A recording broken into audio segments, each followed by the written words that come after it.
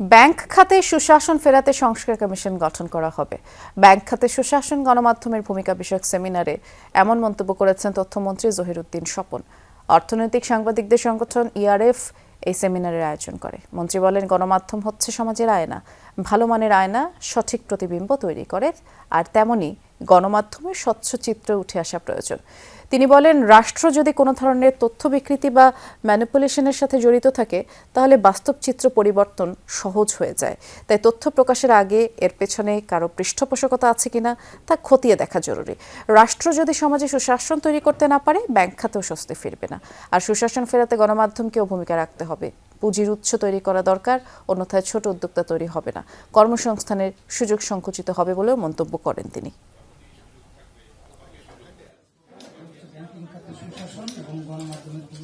Banking খাতে সুশাসনের ক্ষেত্রে গণমাধ্যম যে ভূমিকাটুকু রাখতে পেরেছেন, এটুকুই যেমন আমাদের সম্পদ, যা তারা পারছেন না, তা কিন্তু জাতীয় ক্ষেত্রে সুশাসন প্রতিষ্ঠা করার যে ঘাটতি রাজনৈতিক প্রক্রিয়া রয়েছে তারই প্রতিফলন। গণমাধ্যম হচ্ছে রাষ্ট্রের অন্যান্য সকল ক্ষেত্র, বিশেষ করে অর্থনীতি তো এখন হচ্ছে মূল স্রোত।